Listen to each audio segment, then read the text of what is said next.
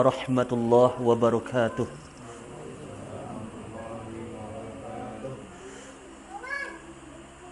Innal hamdalillah nahmaduhu wa nasta'inuhu wa nastaghfiruh wa na'udzu billahi min shururi anfusina wa min sayyiati a'malina. Man yahdihillahu fala mudilla lahu wa man yudlil fala hadiya lahu. Ashhadu an la ilaha illallah wahdahu la sharika lahu wa ashhadu anna Muhammadan abduhu wa rasuluh. Ya ayyuhalladzina amanu taqullaha haqqa tuqatih wa la tamutunna illa wa antum muslimun. يا أيها الناس اتقوا ربكم الذي خلقكم من نفس واحدة وخلق منها زوجها وبث منهما رجالا كثيرا ونساء واتقوا الله الذي تساءلون به والأرحام إن الله كان عليكم رقيبا. يا أيها الذين آمنوا اتقوا الله وقولوا قولا سديدا يصلح لكم أعمالكم ويغفر لكم ذنوبكم ومن يطع الله ورسوله فقد فاز فوزا عظيما. أما بعد فإن أصدق الحديث كتاب الله وأحسن الحدي حدي محمد صلى الله عليه وسلم وشر الأمور محدثاتها فإن كل محدثة بدعة وكل بدعة ضلالة وكل ضلالة في النار. معاشر المسلمين أيها الإخوة الكرام, Bapa dan Ibu yang semoga senantiasa dirahmati dan dimuliakan oleh Allah Tabaraka wa Ta'ala.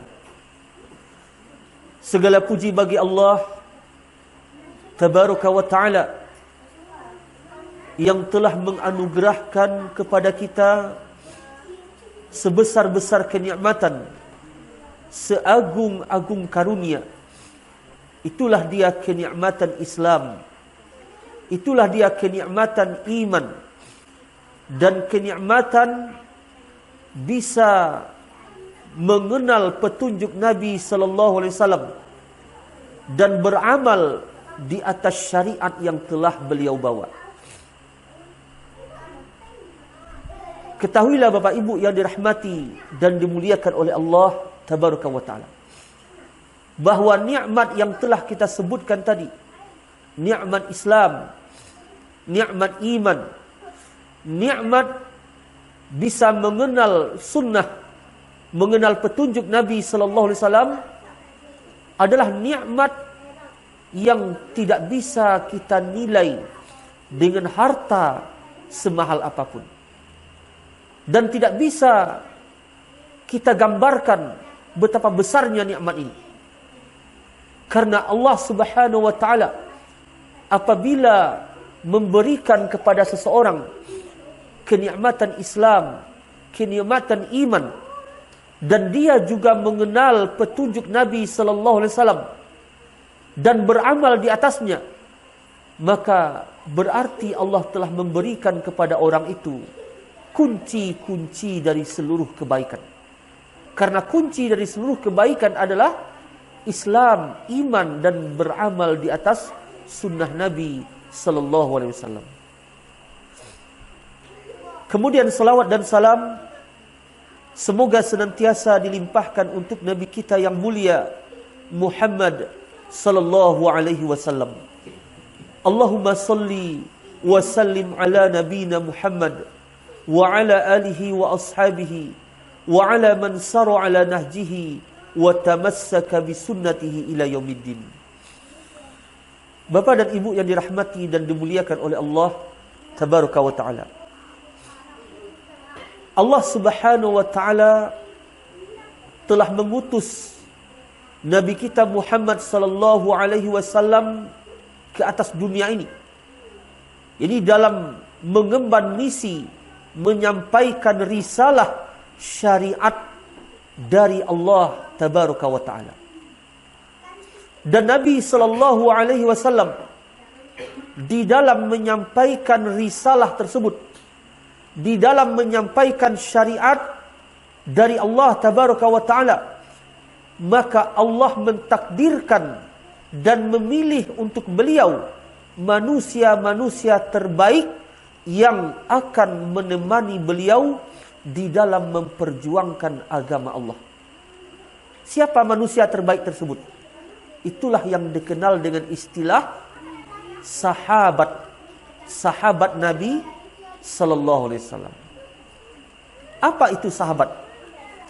Sahabat adalah malaqiyan Nabiy sallallahu alaihi wasallam wa amana bihi wa mata ala dzalik. Itu yang dikatakan dengan sahabat. Orang yang berjumpa dengan Nabi sallallahu alaihi wasallam, beriman dengan beliau dan meninggal di atas keimanan. Berarti awak ko sahabat tidak Bapak Ibu? Awak ko sahabat tidak? Tidak. Kenapa? Tidak berjumpa dengan Nabi sallallahu alaihi wasallam. Berarti yang dikatakan sahabat yang berjumpa dengan Nabi sallallahu alaihi wasallam ketika beliau masih hidup dan beriman dengan beliau dan meninggal di atas keimanan. Maka para sahabat orang yang dipilih oleh Allah tabaraka wa taala untuk menemani Nabi sallallahu alaihi wasallam memperjuangkan agama, menyampaikan syariat Allah tabaraka wa taala. Tentu mereka bukanlah orang yang sembarangan. Karena Allah telah memilih mereka untuk bersama Nabi sallallahu alaihi wasallam mengemban amanah menyampaikan syariat Allah tabaraka wa taala. Karena itu, di antara kewajiban kita kaum muslimin adalah mengenal keagungan para sahabat, mengenal keutamaan mereka, dan agar kita memberikan kepada mereka penghormatan sebagaimana yang layak untuk mereka. Karena jasa mereka lah Islam sampai kepada kita hari ini. Di mana sepeninggal Nabi sallallahu alaihi wasallam, para sahabat inilah yang melanjutkan perjuangan Nabi sallallahu alaihi wasallam untuk menyampaikan risalah Islam. Dan kita akan sebutkan beberapa keutamaan para sahabat yang disebutkan dalam dalil-dalil Al-Quran maupun hadis Nabi sallallahu alaihi wasallam. Yang pertama, Allah Subhanahu wa taala telah menetapkan keredoannya kepada para sahabat. Bahwa para sahabat adalah orang yang diredoi oleh Allah tabaraka wa taala. Dalilnya apa? Dalilnya terdapat dalam surat At-Taubah ayat yang ke-100, di mana Allah taala berfirman, was-sabiqunal awwalun minal muhajirin wal ansar walladzina ittaba'uuhum bi ihsan radhiyallahu anhum wa radu'an. Dan orang yang terdahulu dari kalangan muhajirin dan ansar, yakni yang terdahulu di dalam keimanan dari kalangan kaum muhajirin dan ansar, itulah dia para sahabat. Dan orang-orang yang mengikuti mereka dengan kebaikan, maka apa kata Allah Ta'ala? Radhiyallahu anhum. Allah redha kepada mereka. Maka keredoan Allah adalah nikmat yang lebih besar daripada surga itu sendiri. Dan tidak akan masuk surga kecuali orang yang diredoi oleh Allah. Berarti Bapak Ibu, ketika Allah tabaraka wa ta'ala menetapkan keredoannya kepada para sahabat. Artinya apa? Mereka adalah penduduk sorga. Karena tidak akan masuk sorga kecuali orang yang telah diridhoi oleh Allah. Dan Allah telah menetapkan keredoannya kepada para sahabat. Telah turun ayat Al-Quran yang akan abadi sampai hari kiamat, yang menetapkan keredoan Allah terhadap para sahabat. Ini yang pertama, bahwa Allah menetapkan keredoannya terhadap para sahabat. Kemudian, apanya dari para sahabat itu yang diredoi oleh Allah? Mesti kita memahami dengan baik kenapa Allah meredoi para sahabat dan apanya dari kehidupan para sahabat yang Allah redoi. Maka jawabannya, yang Allah redoi dari para sahabat adalah kebenaran pemahaman dan pengamalan mereka di dalam agama. Bukan yang Allah redoi itu dunia mereka, bahwa mereka adalah orang yang kaya, orang yang memiliki kekuasaan. Tidak, bukan itunya yang Allah redoi. Tetapi yang Allah redoi dari para sahabat adalah agama mereka. Yakni cara mereka memahami dan mengamalkan agama. Berarti bisa kita katakan akidahnya para sahabat, keyakinan yang ada di dalam rongga dada mereka adalah akidah yang diredoi oleh Allah. Pemahaman mereka terhadap agama, terhadap Al-Quran, terhadap hadis Nabi Sallallahu Alaihi Wasallam adalah pemahaman yang diredoi oleh Allah. Pengamalan mereka terhadap agama Allah, ibadah mereka, akhlak mereka, muamalah mereka adalah yang diredoi oleh Allah Tabaraka wa Ta'ala. Berarti Bapak Ibu, kalau kita telah memahami dengan baik bahwa Allah telah menetapkan keredoannya kepada para sahabat, bahwa akidah mereka, keyakinan mereka adalah keyakinan yang diredoi, cara beribadah mereka adalah yang diredoi, cara penafsiran mereka terhadap ayat dan hadis adalah yang diredoi. Berarti apa konsekuensinya bagi kita? Apa konsekuensinya? Wajib bagi kita mengikuti orang yang telah dijamin kebenarannya. Jadi kalau ibarat pepatah Minang, Bapak Ibu, ambil contoh kayang sudah, batuah kayang manang. Batu nak Bapak Ibu? Ambil contoh kayang sudah, batuah ke yang manang. Dan yang telah sukses, yang telah meraih kejayaan di dalam agama, di dalam mengamalkannya, siapa? Adalah para sahabat. Maka lahirlah dari apa yang kita jelaskan tadi sebuah prinsip yang sangat agung di dalam agama. Apa itu? Lau kana khairan la sabaquna ilaihi.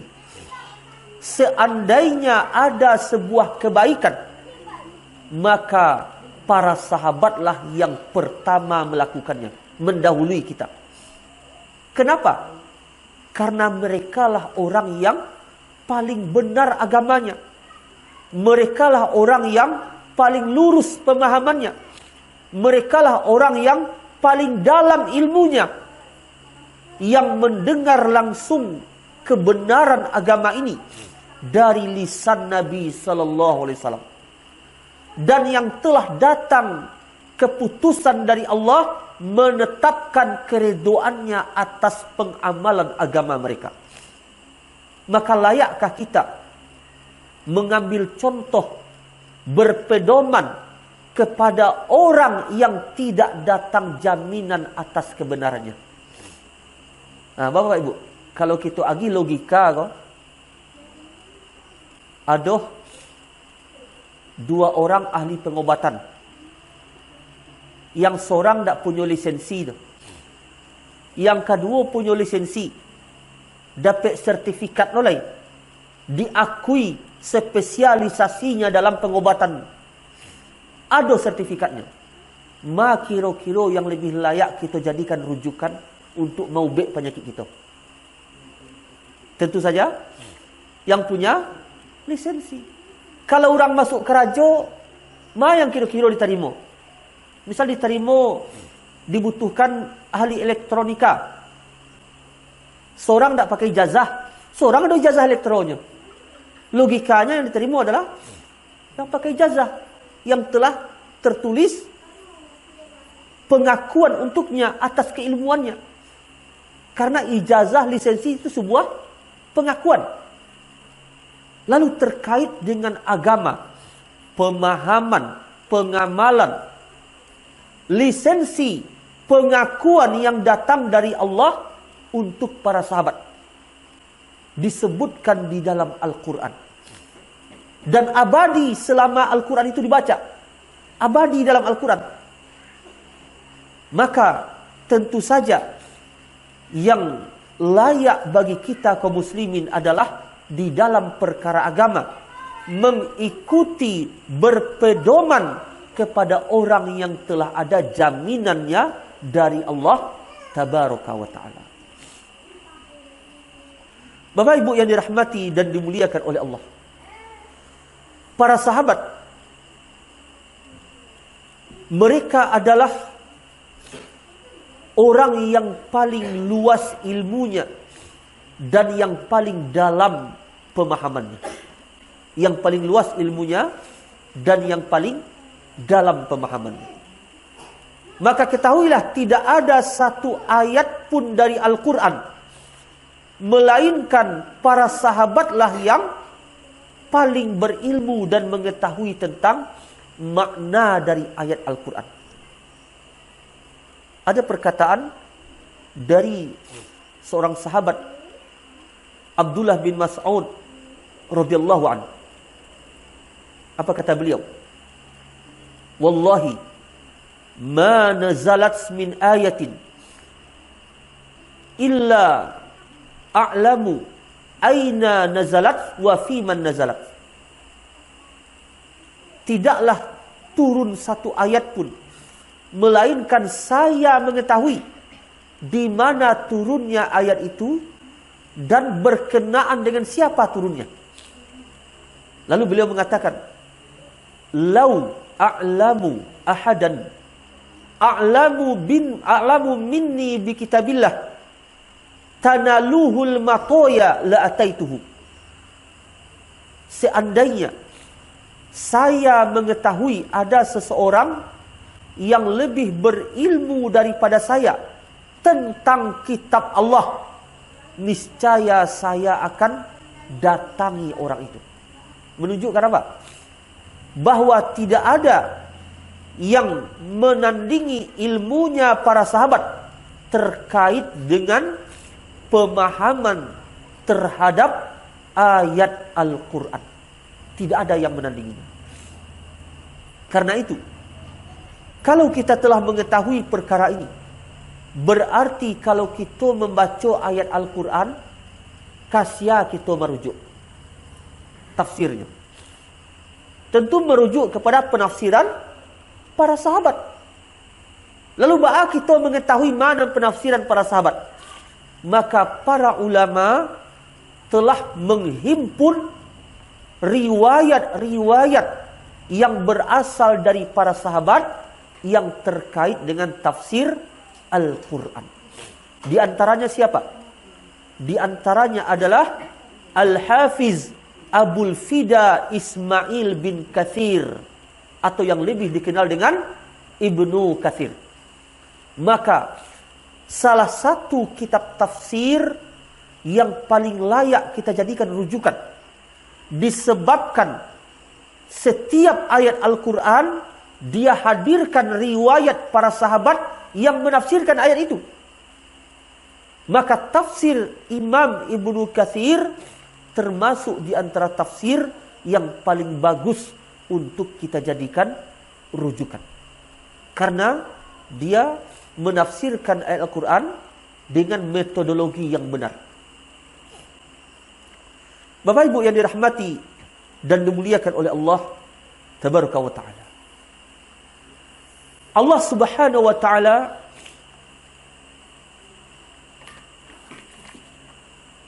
telah mewajibkan kita untuk mengikuti para sahabat.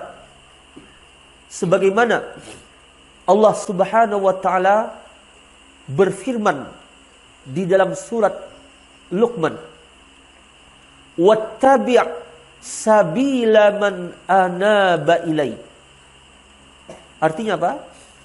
Ikutilah jalan orang yang kembali kepadaku.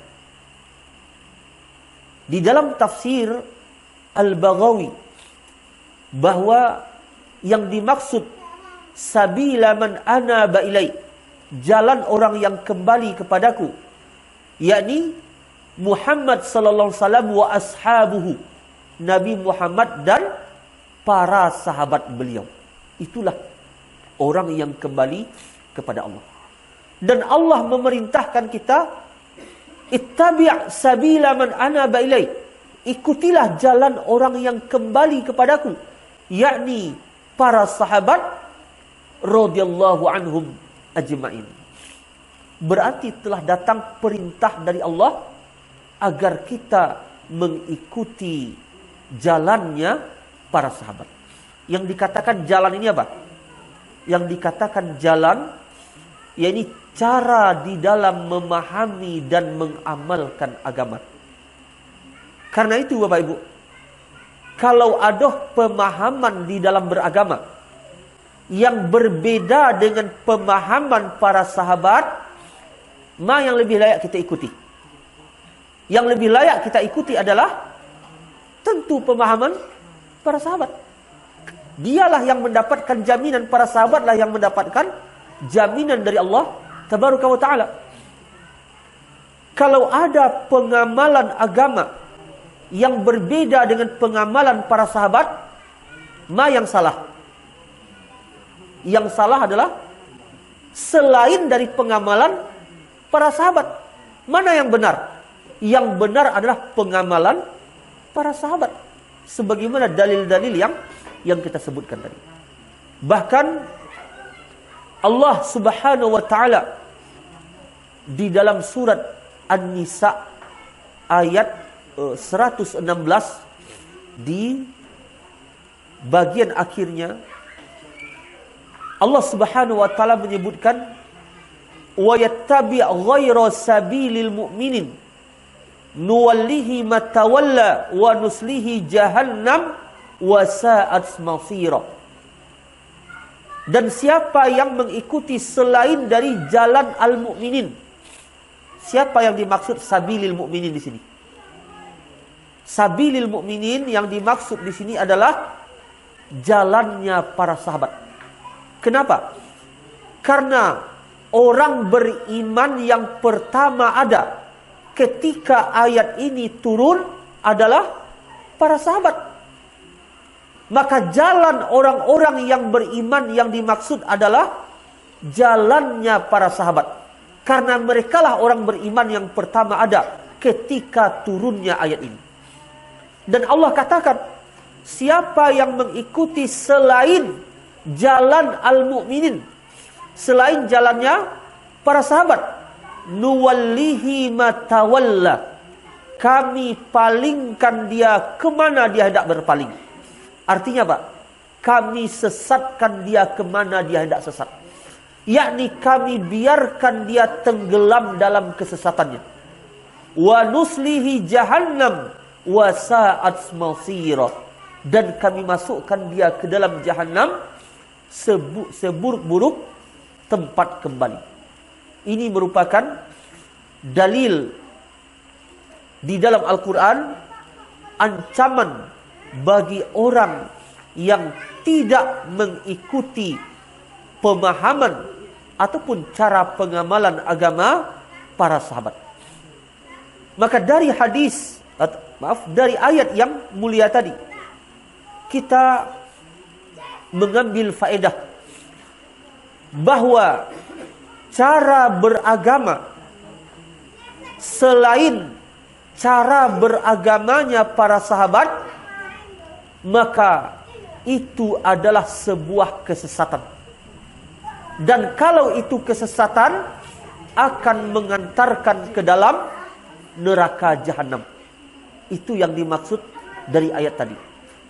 Orang yang mengikuti selain jalannya orang-orang yang beriman, yakni para sahabat, kami palingkan dia kemana dia tidak berpaling, yakni kami biarkan dia tenggelam dalam kesesatannya. Ini menunjukkan orang yang tidak mengikuti pemahaman para sahabat, dia akan tersesat. Jadi bisa kita katakan pasti setiap orang yang berpaling dari cara beragamanya para sahabat, pasti dia jatuh dalam kesesatan. Dalil yang lain adalah hadis, di antaranya dikeluarkan oleh Imam Ibnu Majah di dalam sunannya, dari Irbad bin Sariyah radhiyallahu an. Apa kata Nabi sallallahu alaihi wasallam? Qad taraktukum 'alal bayda lailuha kanahariha la yazighu anha ba'di illa halik. Nabi sallallahu alaihi wasallam mengatakan, sungguh aku telah meninggalkan kalian di atas ajaran yang putih bersih, yang malamnya laksana siangnya. Jadi Nabi mengatakan, aku tinggalkan kalian di atas ajaran yang putih bersih, yang malamnya laksana siangnya. Berarti ini betul-betul sebuah ajaran yang sangat terang benderang, di mana digambarkan oleh Nabi sallallahu alaihi wasallam, lailuha kanahariha, malamnya laksana siangnya, yang tidak meninggalkan setitik kegelapan pun. Malamnya laksana siangnya. Lalu apa kata Nabi sallallahu alaihi wasallam? La yazighu anha ba'di illa halik. Tidak ada yang menyimpang dari ajaran yang putih bersih, yang terang benderang tersebut, kecuali orang yang pasti dia binasa. Artinya apa? Nabi telah meninggalkan para sahabat di atas agama, di atas ajaran yang putih bersih, yang terang benderang, yang kebenarannya tidak ada satupun yang tersembunyi. Karena dalam agama apa Pak? Tidak ada yang namanya ilmu tasuruk dah. Agama ini jelas, tidak ada ilmu yang tersembunyi. Qad taraktukum 'alal bayda lailuha kanahariha. Aku tinggalkan kalian di atas ajaran yang putih bersih, yang malamnya laksana siangnya. Siapa yang menyimpang dari ajaran yang putih bersih ini, maka pasti dia binasa. Dan ini merupakan dalil bahwa siapa yang enggan untuk mengikuti cara beragamanya para sahabat, di mana cara beragama mereka lah yang berada di atas ajaran yang putih bersih, maka siapa yang menyelisih hal tersebut, dia pasti akan celaka dan terjatuh ke dalam kesesatan. Dan Nabi sallallahu alaihi wasallam dalam hadis yang sangat masyhur, masih dari Irbad bin Sariyah radhiyallahu an, apa kata Nabi sallallahu alaihi wasallam? Innahu man ya'ish minkum ba'di fasayara ikhtilafan katsira. Siapa saja yang hidup di antara kalian sepeninggal aku nanti, maka dia akan melihat perpecahan, perselisihan yang sangat banyak. Lalu apa kata Nabi sallallahu alaihi wasallam? Fa'alaikum bisunnati wa sunnati khulafa'ir rasyidin al-mahdiyyin. Hendaklah kalian berpegang dengan sunnahku, dengan ajaranku, dan dengan sunnahnya khulafa'ur rasyidin al-mahdiyyin, yakni sunnahnya para sahabat. Ini merupakan dalil bahwa wajibnya kita kembali berpegang dengan ajaran dan pemahaman para sahabat di dalam beragama. Siapa yang tidak mau berpegang dengan ajaran para sahabat, maka dia pasti terjatuh ke dalam kesesatan. Disebabkan apa? Disebabkan tidak ada yang lebih benar pemahamannya, cara beragamanya, selain dari cara beragama dan pemahaman para sahabat radhiyallahu anhum ajma'in. Bapak Ibu yang dirahmati dan dimuliakan oleh Allah tabaraka wa ta'ala. Allah Subhanahu wa ta'ala di dalam Al-Quran telah menobatkan para sahabat sebagai manusia yang terbaik, sebaik-baik umat. Di mana Allah Tabaraka wa Ta'ala berfirman, "Kuntum khaira ummatin ukhrijat linnas ta'muruna bil ma'ruf wa tanhauna 'anil munkar wa tu'minuna billah." Kalian para sahabat, ini khitabnya kepada para sahabat. Meskipun setiap orang yang mengikuti para sahabat termasuk ke dalam ayat ini, tetapi yang menjadi sasaran utama pembicaraan dalam ayat ini adalah para sahabat. Kalian adalah umat yang terbaik yang pernah dimunculkan, dikeluarkan untuk manusia. Kalian menyeru kepada yang ma'ruf, mencegah dari yang mungkar, dan kalian beriman kepada Allah. Telah datang ayat yang menyatakan bahwa para sahabat adalah manusia yang terbaik. Dan juga dari lisannya Nabi sallallahu alaihi wasallam telah keluar tazkiyah, pujian dan pengakuan terhadap para sahabat dan orang-orang yang mengikuti mereka. Dalam hadis yang dikeluarkan oleh Imam Bukhari dan Muslim, hadis yang mutawatir, apa kata Nabi sallallahu alaihi wasallam? Khairun nasi qarni, summa alladhina yalunahum, summa alladhina yalunahum. Sebaik-baik manusia adalah generasiku. Siapa itu? Para sahabat. Kemudian yang setelahnya, siapa itu? Tabi'in. Kemudian yang setelahnya, yakni atsba'ut tabi'in. Maka setelah kita mengetahui inilah dia keutamaan para sahabat, inilah dalil-dalil yang memuji mereka, maka tidak boleh bagi kita untuk merendahkan mereka. Tidak boleh bagi kita untuk menghina para sahabat. Bahkan ada sebuah riwayat, ya, ketika terjadi perselisihan antara sahabat Abdurrahman bin Auf dengan sahabat Khalid bin Walid. Keduanya sama-sama sahabat. Namun ketika itu keluarlah dari mulut sahabat Khalid bin Walid celaan kepada sahabat Abdurrahman bin Auf. Dan sahabat Abdurrahman bin Auf, dia lebih dahulu masuk Islam daripada Khalid bin Walid. Bahkan Abdurrahman bin Auf radhiyallahu an termasuk di antara 10 orang yang diberi kabar dengan syurga. Artinya kalau bilang senior dan junior, seniornya Abdurrahman bin Auf radhiyallahu an. Lalu baru sahabat Khalid bin Walid. Ini di peringkat di bawah dari sahabat Abdurrahman bin Auf. Namun keluar celaan dari sahabat Khalid bin Walid. Maka apa kata Nabi sallallahu alaihi wasallam dalam hadis yang dikeluarkan di antaranya oleh Imam Muslim di dalam sahihnya? La tasubbu ashabi.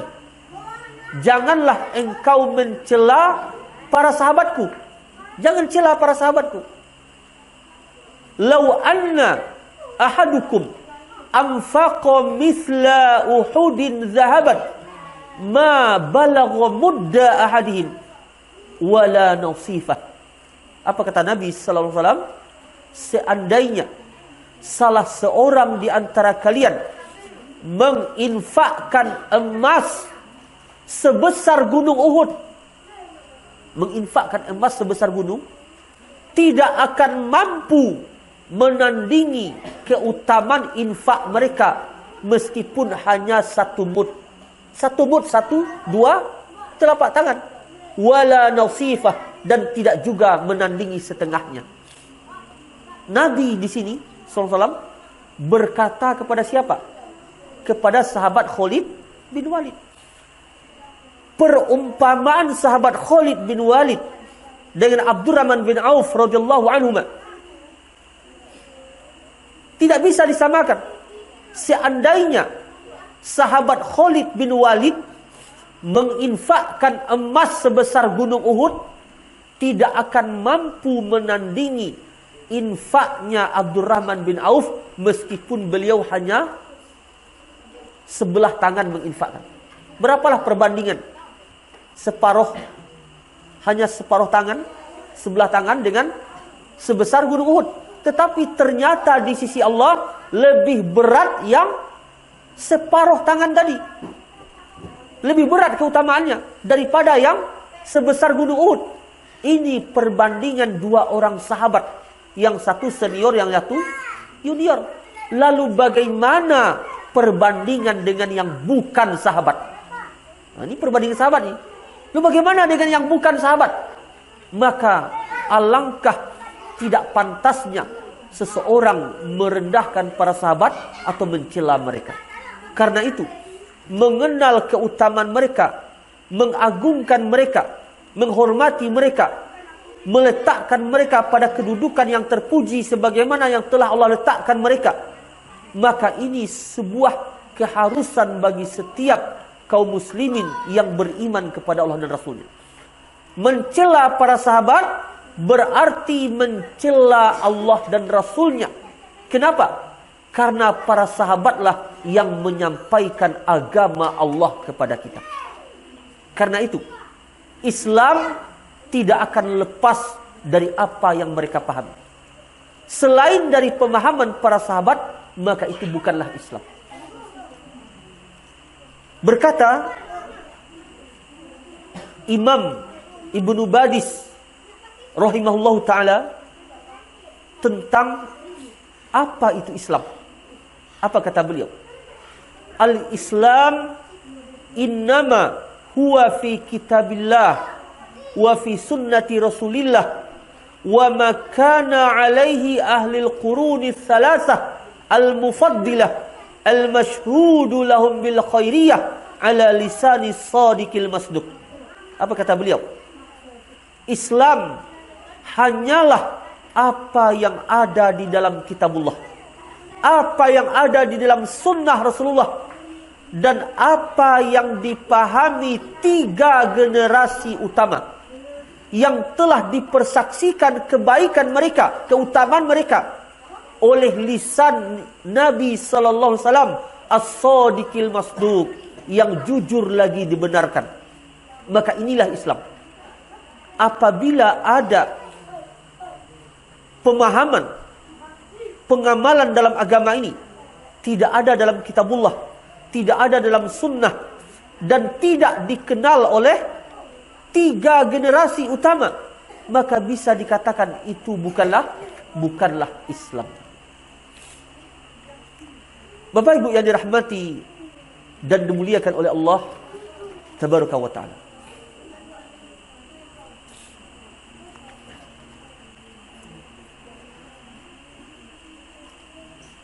kembali kepada kaidah yang sedang kita bahas. Lau kana khairan la sabaquna ilaih. Seandainya sesuatu itu kebaikan, niscaya para sahabatlah yang paling mendahului kita di dalam kebaikan tersebut. Yani tidak mungkin kita pula yang lebih tahu dari para sahabat. Tidak mungkin kita pula yang terdepan dalam kebaikan daripada para sahabat. Dan insya Allah akan kita bahas kelanjutan pembahasan kaidah ini pada sesi yang kedua nanti ba'da solat Isya. Wassallallahu ala nabiyina Muhammad wa ala alihi wa ashabihi. Subhanakallahumma wa bihamdika asyhadu an la ilaha illa anta astaghfiruka wa atubu ilaik. Assalamualaikum warahmatullahi wabarakatuh.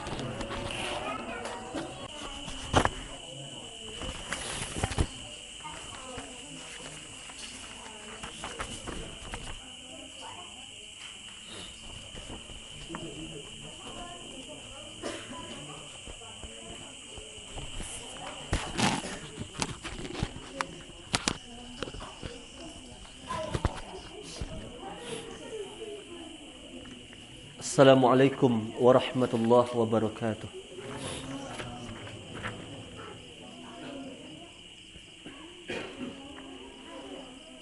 Alhamdulillahilladzi arsala rasulahu bil huda wa dinil haqq liyuzhirahu 'ala ad-dini kullih wa kafa billahi shahida. أشهد أن لا إله إلا الله وحده لا شريك له وأشهد أن محمدا عبده ورسوله. اللهم صل وسلم على نبينا محمد وعلى آله وأصحابه وعلى من سار على نهجه وتمسك بسنته إلى يوم الدين. Ittaqullaha haqqa tuqatih wa la tamutunna illa wa antum muslimun. Ma'asyiral muslimin, ayuhal ikhwatal kiram, Bapak dan Ibu yang dirahmati dan dimuliakan oleh Allah tabaraka wa taala. Kita lanjutkan sedikit lagi pembahasan kita sebelum masuk dalam sesi soal jawab.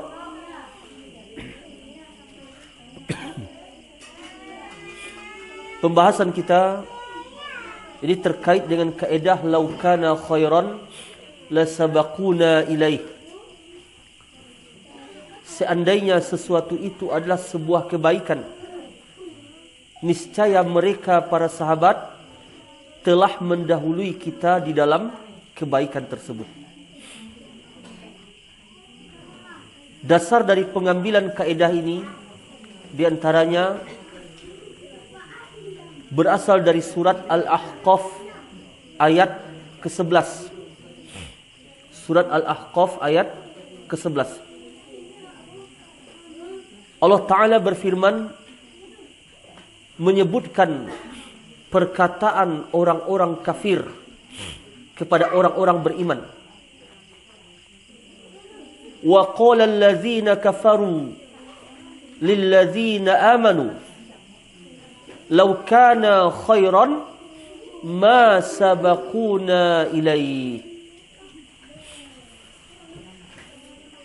wa idh lam yahtadu bihi fasayaqulun hadza ifkun qadim.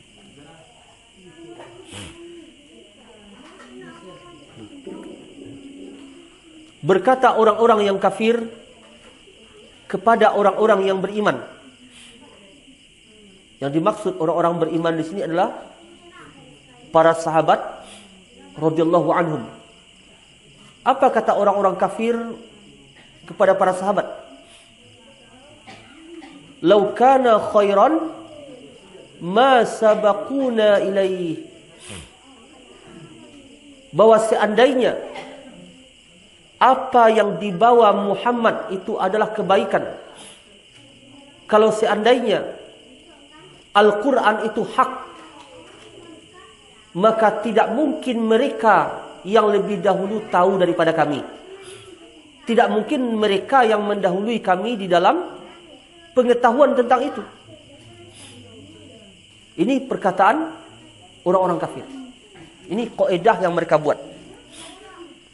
Jadi orang-orang kafir yang menentang dakwah Nabi sallallahu alaihi wasallam, mereka membuat sebuah prinsip, sebuah kaedah. Tujuannya untuk apa? Tujuannya untuk menolak kebenaran, membantah Islam. Itu tujuannya. Apa kaidah mereka? Lau kana khairan ma sabaquna ilaih. Seandainya dakwah Muhammad itu baik, benar, seandainya Al-Quran itu di dalamnya terdapat kebaikan, tidak mungkin mereka yang lebih dahulu daripada kami di dalam mengetahui hal itu. Siapa yang mereka maksud? Yani sahabat-sahabat yang mengikuti dakwah Nabi sallallahu alaihi wasallam di awal Islam. Kita mengetahui dari sejarah yang mengikuti dakwah Nabi sallallahu alaihi wasallam di awal pertama siapa? Tidak dari para penguasa, tidak orang-orang kaya, tetapi orang-orang miskin yang du'afa. Ammar bin Yasir, Khabbab, Bilal dan yang lainnya. Maka ketika yang mengikuti dakwah Nabi adalah orang-orang miskin, para budak, orang-orang lemah, itu yang mengikuti dakwah Nabi.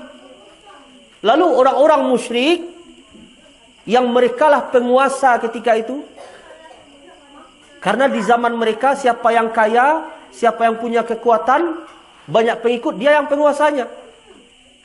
Maka mereka membuat kaidah, seandainya yang dibawa Muhammad itu kebaikan, seandainya Al-Quran itu kebaikan, tidak mungkin orang-orang ini yang mengikuti, yang mengalahkan kami di dalam hal itu. Tidak mungkin mereka yang lebih tahu dahulu daripada kami. Yani tidak mungkin mereka mendahului kami di dalam perkara tersebut. Artinya apa?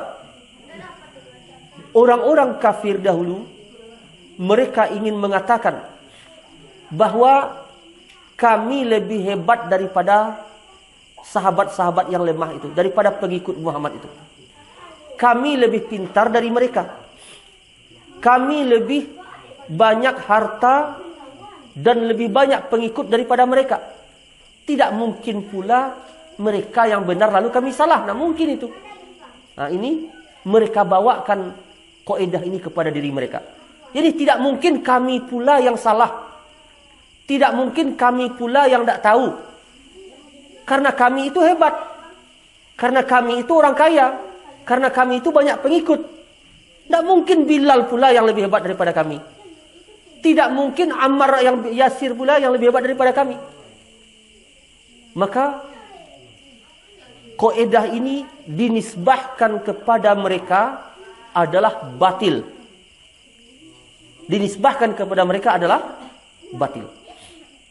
Namun apabila kaidah ini dinisbahkan kepada Nabi, kepada para sahabat radhiyallahu anhum, maka dia benar. Karena itulah Imam Ibnu Katsir di dalam tafsirnya, tatkala beliau menafsirkan ayat ini, apa kata beliau? Di antara yang beliau katakan, wa amma ahlus sunnati wal jama'ati fayaquluna fi kulli fi'lin wa qawlin lam yathbut 'anis sahabah huwa bid'ah li'annahu law kana khairan lasabaquna ilaih. Adapun ahlus sunnah wal jamaah, maka mereka memiliki pendapat apa? Pendapat ahlus sunnah, kullu qaulin wa fi'lin lam yathbut 'anis sahabah huwa bid'ah law kana khairan lasabaquna ilaih. Setiap perkataan, setiap perbuatan yang tidak bersumber dari para sahabat, maka itu adalah kebid'ahan dalam agama.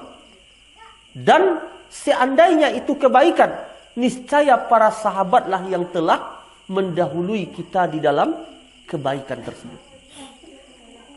Maka kalau dinisbahkan kepada para sahabat, benar kaidah ini. Sebagaimana pada sesi yang pertama telah kita jelaskan, bahwa mereka mendapatkan rekomendasi pengakuan langsung dari Allah tentang kebenaran cara beragama mereka. Seperti surat At-Taubah 100 yang kita sebutkan tadi. Allah telah menetapkan dalam surat Taubah ayat yang ke-100 keredoan Allah terhadap para sahabat. Yakni Allah redo dengan cara mereka memahami dan mengamalkan agama. Dan juga Nabi sallallahu alaihi wasallam telah menyebutkan dalam hadis dari Irbad bin Sariyah dalam Sunan Ibnu Majah yang kita sebutkan tadi, bahwa Nabi SAW telah meninggalkan para sahabat di atas ajaran yang putih bersih, lailuha kanahariya, malamnya laksana siangnya. Dan Nabi mengatakan, la yazigu anha ba'di illa halik, tidak ada yang menyimpang dari jalan yang putih bersih. Ini jalan para sahabat, tidak ada yang menyimpang darinya kecuali orang yang pasti dia akan binasa. Ini menunjukkan bahwa kebaikan diukur dengan pengetahuan para sahabat. Kalau ada sesuatu yang dianggap baik oleh manusia hari ini, tetapi tidak dianggap baik oleh para sahabat, yakinlah itu bukan kebaikan. Kalau ada sesuatu yang dibenarkan, diamalkan oleh para sahabat, walaupun ditentang oleh orang hari ini, maka tidak berpengaruh sedikit pun. Tetaplah itu sebagai sebuah kebaikan. Tetapi sebuah kebatilan, meskipun disetujui oleh jutaan manusia, tetapi tidak disetujui oleh para sahabat, maka tetaplah dia sebagai sebuah kebatilan.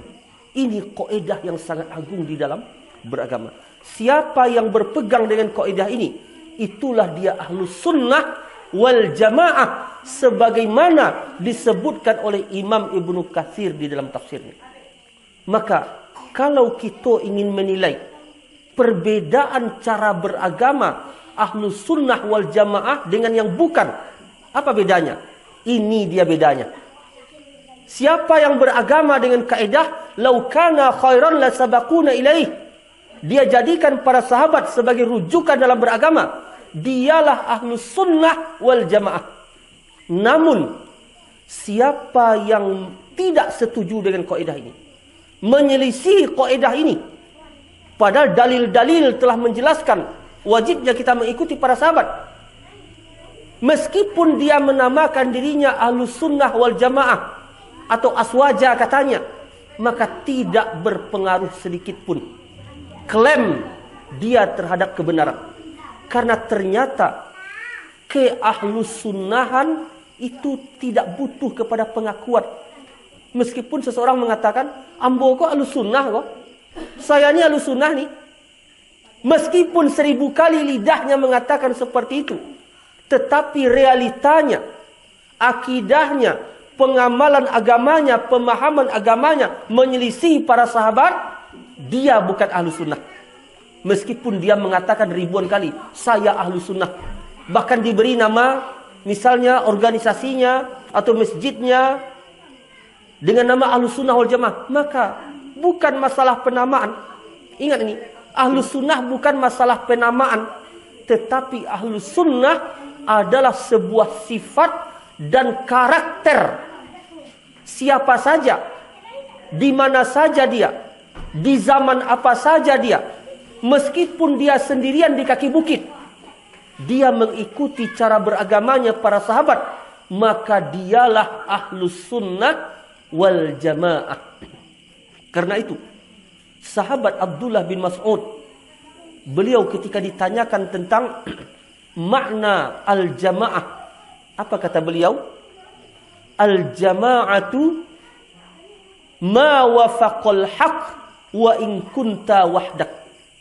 Al-jamaah adalah yang sesuai dengan kebenaran meskipun engkau sendirian.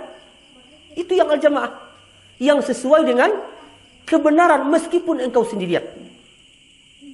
Maka riwayat yang lain dari Imam Sufyan Ats-Tsauri, beliau juga pernah mengatakan, "Lau anna faqihan ala ra'sil jabal la huwal jamaah." Seandainya ada seorang yang faqih Ini yang berilmu tentang agama ini. Dia tinggal di puncak gunung sendirian. Maka dialah al-jamaah.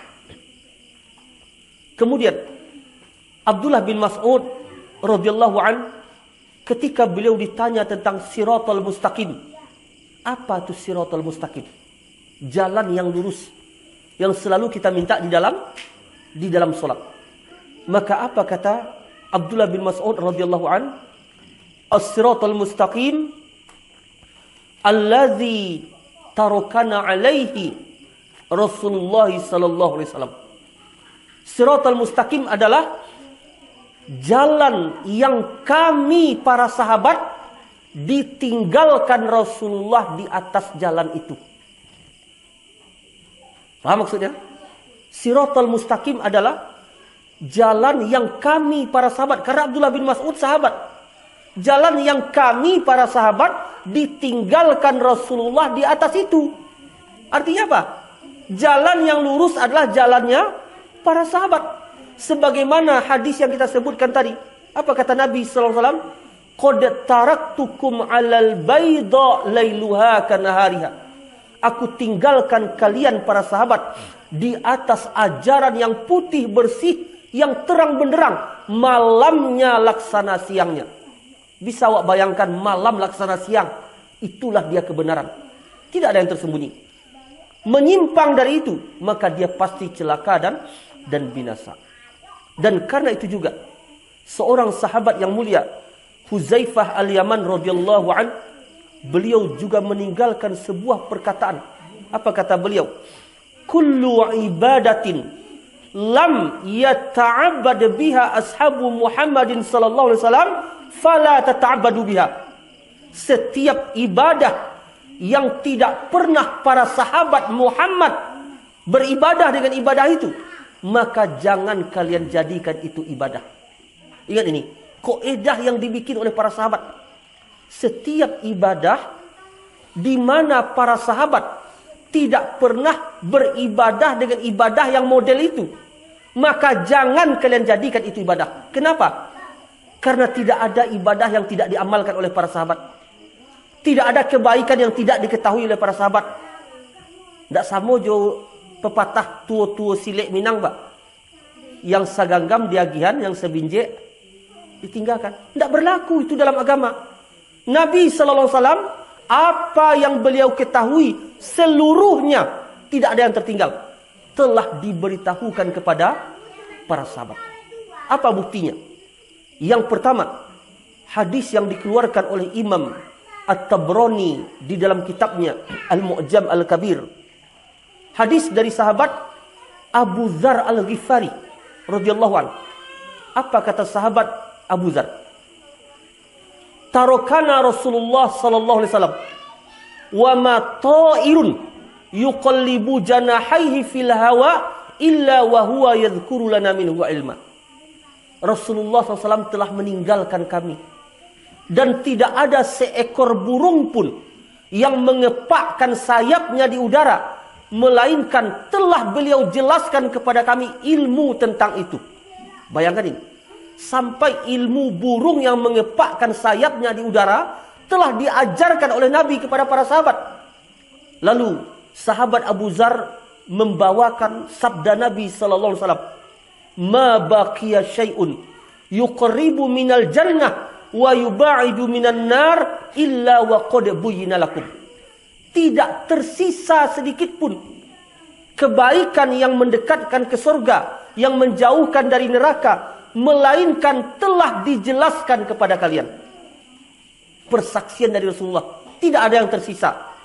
Kebaikan yang mendekatkan ke surga, menjauhkan dari neraka, telah dijelaskan oleh Nabi sallallahu alaihi wasallam.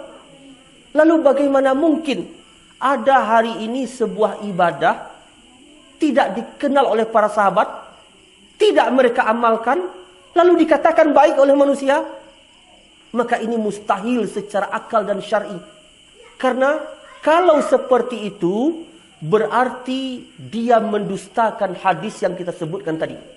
Berarti dia mengatakan, ada beberapa kemungkinan. Kemungkinan yang pertama, dia mengatakan Rasulullah menyembunyikan kebenaran. tidak tahu para sahabat, lalu dia yang tahu hari ini. Atau yang kedua, Rasulullah lupa menyampaikannya, lalu akhirnya teringat oleh dia yang hari ini. Kan gitu. Atau yang ketiga, Allah tidak menurunkan tentang itu kepada Nabi Muhammad, lalu Allah wahyukan kepada dia. Maka tidak ada kemungkinan batil semuanya. Mungkinkah Allah lupa memberitahu Muhammad SAW bahwa ini kebaikan? Mungkinkah Rasulullah lupa setelah beliau mengatakan seperti itu?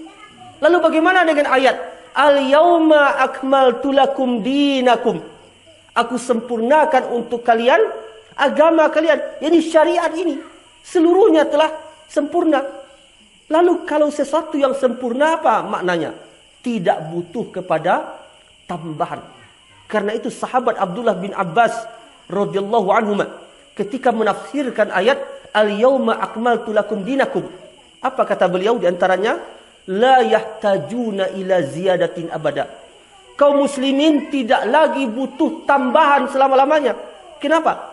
Karena sesuatu yang sempurna tidak butuh kepada tambahan. Kalau masih butuh kepada tambahan berarti kurang. Kan itu enggak? Kalau wak menyamba misalnya, ditambah garam setelah tanda apa tuh? Tanda kurang garam. Setiap penambahan dalam agama adalah menunjukkan kurang. Lalu bagaimana hari ini orang menambahkan ibadah yang tidak ada dalam syariat? Berarti apa? Seolah-olah dia mengatakan, oh alun sempurna agama kecuali dengan pendapat ambo. Kalau ditambahan yang modelku baru sempurnanya. Berarti apa? 1400 tahun kalau sempurna agama oleh kecuali ditambahkan di tahun 2018 kok baru sempurna agama. Maka ini sesuatu yang mustahil secara akal dan secara syar'i. Baik Bapak Ibu yang dirahmati dan dimuliakan oleh Allah Tabaraka wa Ta'ala, inilah di antara dalil-dalil yang menjelaskan tentang keutamaan para sahabat, wajibnya kita mengikuti mereka dalam beragama, dan bagaimana Allah telah menjamin melalui kalamnya perkataan Allah sendiri, melalui lisan Nabi SAW, menjamin kebenaran cara beragama para sahabat. Maka tidak ada pilihan bagi kita kecuali kita mengimani lau kana khairan la sabaquna ilai. Seandainya ada kebaikan, niscaya para sahabatlah yang lebih dahulu mengetahui dan mengamalkannya. Kalau ada sesuatu yang dianggap baik hari ini, para sahabat tidak tahu, para sahabat tidak mengamalkan, maka yakinlah itu bukan kebaikan. Meskipun 1000 profesor doktor LCMA mengatakan itu baik. Kan gini gitu Pak. Itulah profesor doktor itu. Itu LCMA tuh. Boleh katanya. Kini kok pertanyaannya, yang benar dia atau para sahabat? Kan gitu. Maka jangan diukur agama ini dari profesor doktor LCMA-nya. Tetapi diukur dengan dalil. Para sahabat melakukan atau tidak. Kalau tidak, maka itu bukanlah sebuah kebaikan. Wallahu a'lam. Baik, sebelum kita tutup, kalau ada di antara Bapak Ibu yang akan memberikan pertanyaan yang mungkin kita ketahui jawaban, akan kita jawab. Yang kalau belum kita ketahui, insyaAllah kita carikan jawaban di lain waktu.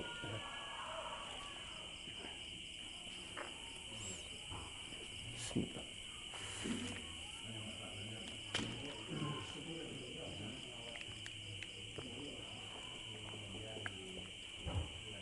Tanya Ustaz. Iya.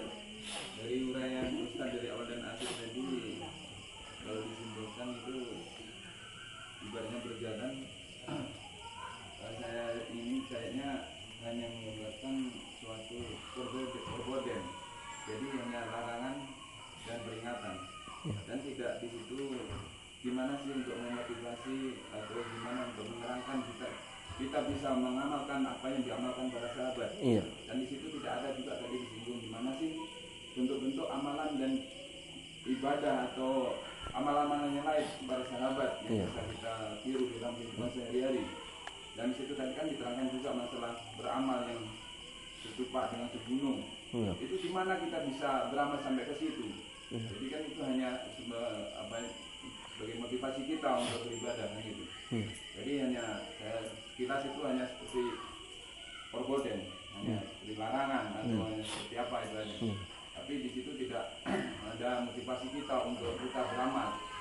Kalau bisa kan, jadi setiap apa yang disampaikan, ibaratnya kita yang mendengar ini bisa menambah untuk kita, untuk merubah amalan kita, untuk menambah ibadah kita. Gimana ibadah kita mungkin kurang bisa kita perbaiki.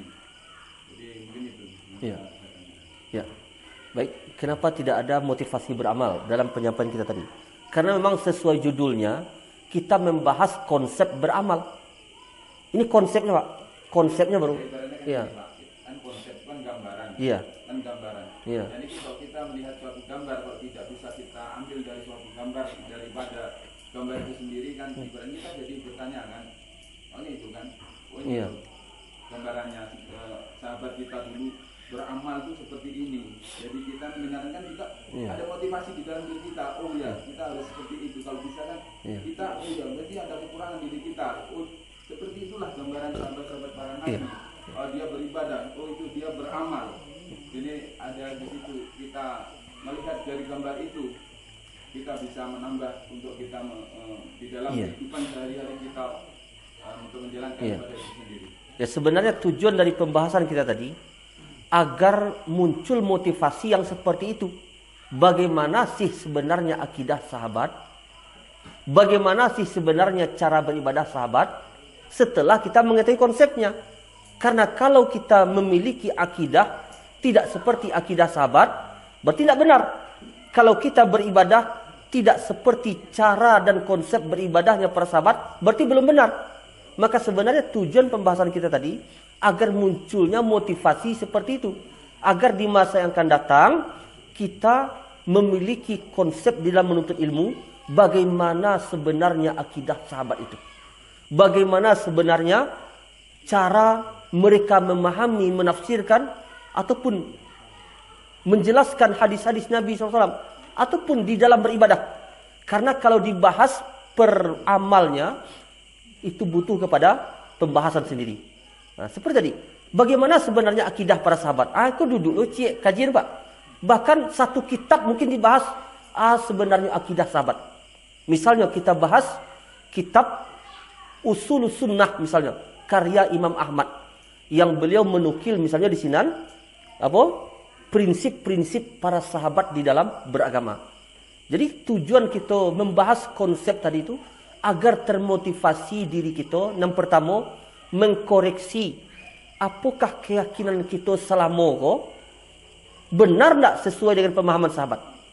Apakah cara kita memahami agama selama ko sesuai tak dengan pemahaman para sahabat. Kalau tak sesuai kan berbahaya mereka. Sebagaimana dalil yang telah kita jelaskan tadi. Berarti itulah yang membuat kita termotivasi untuk berikutnya agar kita mengetahui bagaimana sebenarnya cara beragama, akidah dan ibadahnya para sahabat. Yang tentu tidak mungkin akan terselesaikan hanya dengan pembahasan 1 kali, 2 kali atau 3 kali. Karena butuh pembahasan yang banyak terkait dengan hal itu. Karena agama kau sangat luas, Pak. Bicara tentang pemahaman para sahabat itu sangat luas sekali. Bicara tentang akidah mereka rinci. Misalnya ambil bagi contoh sederhana.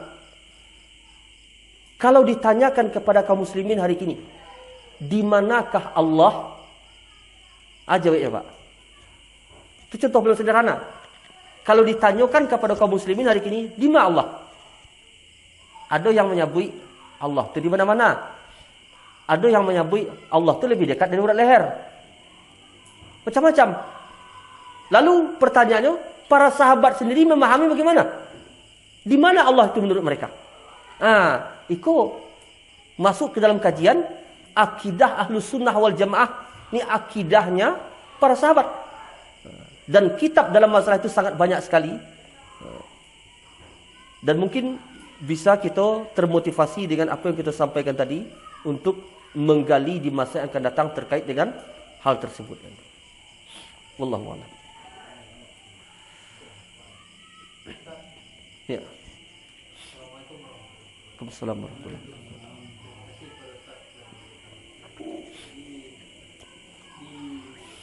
Dari adalah yang mengganjal dari di mana yang pribadi Iya. Ya masalah itu kan masalah kebiasaan. Iya. Jadi yang kan aku pernah atau adu dikerjakan oleh para sahabat. Iya. Terjadi kematian. Iya. Meninggal dunia. Nah, terus pada malam hari pertama, kedua, ketiga sampai kelima itu masyarakat itu datang ke rumah dan bersalawat. Bersalawat secara bersama-sama. Iya. Bersama-sama, dan ada juga beberapa daerah yang membacanya itu bergantian sambil menyambung. Jadi yang jadi pertanyaannya bagi kamu pribadi gitu Ustaz, apakah itu pernah dilaksanakan atau dilakukan oleh para sahabat? Iya. Ya. Baik, terkait dengan pertanyaan tadi, ada kaidah di dalam agama ini yang mesti kita ketahui terkait dengan ibadah. Allah Ta'ala berfirman dalam surat Al-Isra, "Wala taqfu ma laysa laka bi ilmun." Jangan engkau mengikuti sesuatu yang tidak ada ilmu engkau tentangnya. Artinya apa? Kaidah yang Allah sendiri membuat dalam surat Bani Israel. Jangan engkau mengikuti sesuatu yang tidak ada ilmu engkau. Artinya apa? Lahirlah kaidah di dalam beragama, al-ilmu qabla al-qawli wal amal. Berilmu dahulu baru beramal. Artinya apa? Jangan sampai kita mengamalkan sesuatu sebelum kita berilmu tentang sesuatu itu. Misalnya kita cari di sini ada pengamalan itu, kita cari di sini ada pengamalan yang berbeda. Maka jangan kita amalkan sampai kita berilmu tentang itu. Apa maksudnya? Kita pastikan benar ndak itu dilakukan oleh Nabi SAW atau para sahabat. Berarti butuh kepada ilmu. Karena kalau tidak, Nabi sendiri yang mengatakan di dalam Sahih Muslim. Apa kata Nabi SAW? Man amila amalan laisa alaihi amruna fahuwa raddun. Siapa yang melakukan suatu amalan yang tidak ada perintah kami dalam amalan itu. Tidak ada perintah dari kami. Yaitu tidak ada perintah dari Allah dan Rasul. Maka amalan itu raddun, tertolak. Apa makna tertolak? Tidak mendapat pahala, bahkan mendapat dosa. Itu merupakan dalil bahwasanya beramal butuh perintahnya dari syariat. Maka yang ditanyakan dalam sebuah amalan apa? Mana dalil yang memerintahkan? Tapi orang yang tidak paham Pak dibalikkannya. Ya kan tidak ada yang melarang loh. Apa larangannya aja? Nah, ini salah kaidahnya. Jangan tanyakan larangannya. Yang ditanyakan apa? Mana perintahnya? Nah, kini ke pertanyaan Pak. Kalau ada orang solat subuh 3 rakaat, ada tidak dalil yang melarang? Boleh tidak? Boleh, bisa tidak orang itu beralasan? Kenapa engkau solat 3 rakaat? Kan tidak ada larangan. Bisa tidak beralasan seperti itu? Tidak bisa. Pertanyaannya, mana perintahnya? Kalau tidak ada perintah, berarti terlarang. Itu kaidah dalam agama.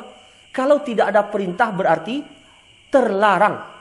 Orang tawaf berputar, menyelisihi putaran jarum jam. Ini searah dengan jarum jam. Kira-kira kalau nyo beralasan, larangannya. Memang tidak ada larangan, tapi ada perintahnya. Kalau tidak ada perintah berarti terlarang. Nah, itu kaidah di dalam ibadah. Dan terkait dengan pertanyaan tadi, ada kaidah yang lain yang mengatakan innal bayana ala man ifta'al. Dalil itu, penjelasan itu diminta dari orang yang melakukan.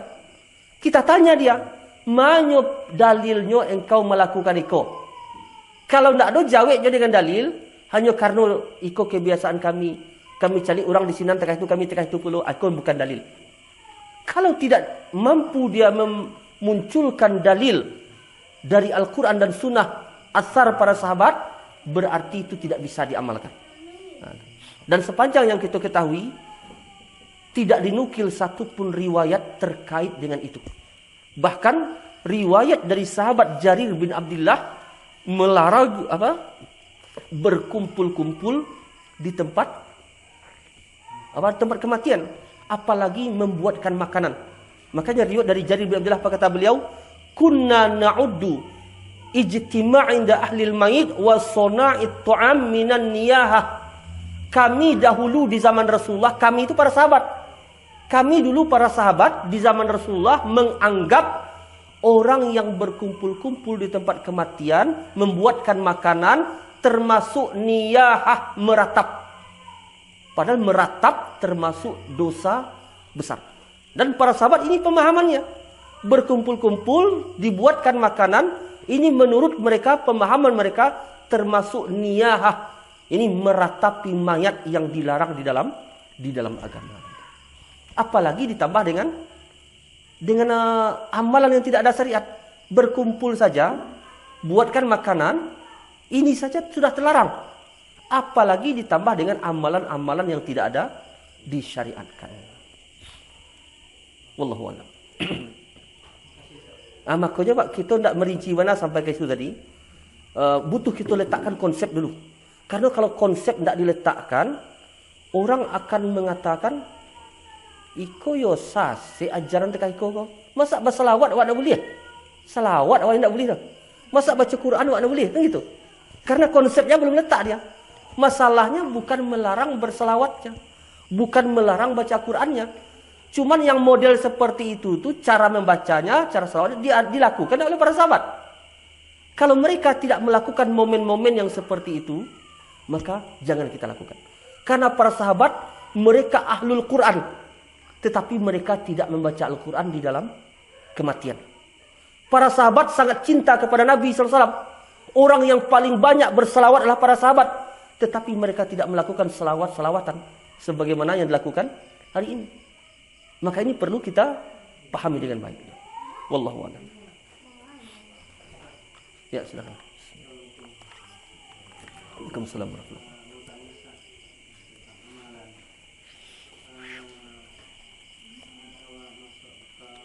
Ya.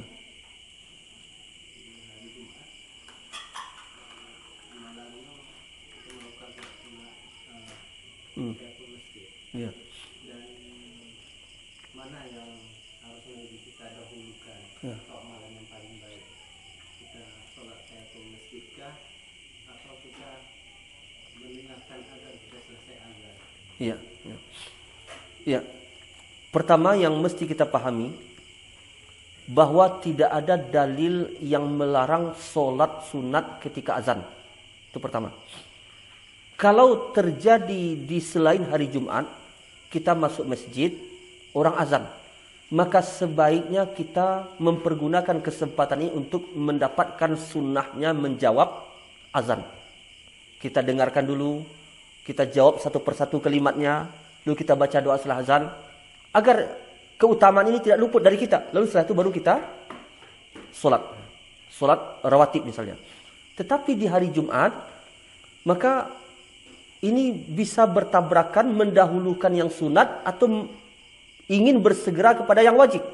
Mendengarkan khutbah adalah hukumnya wajib.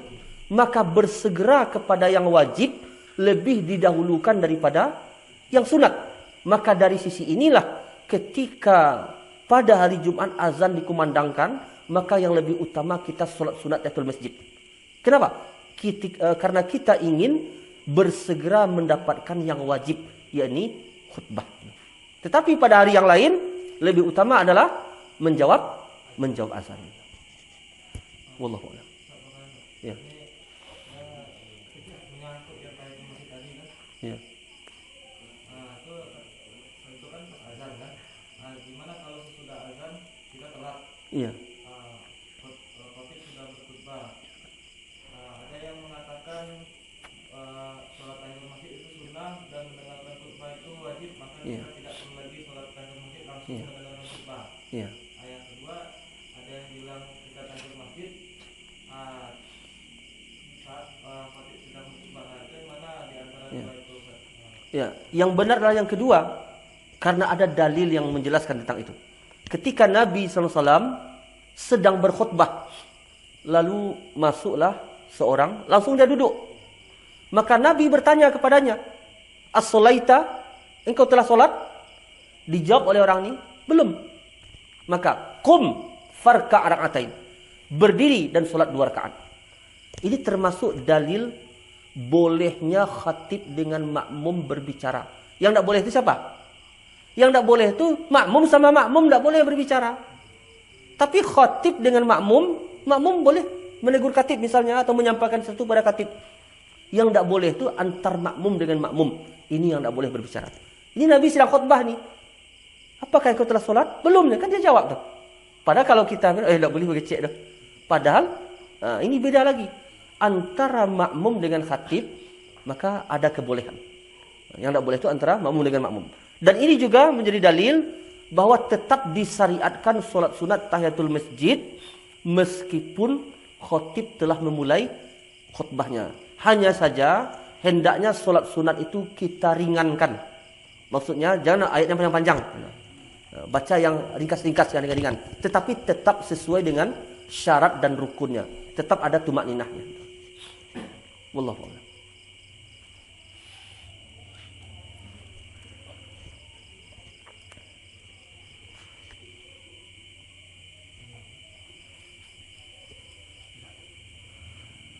Cukup? Saya ada 4 minit lagi. Ya.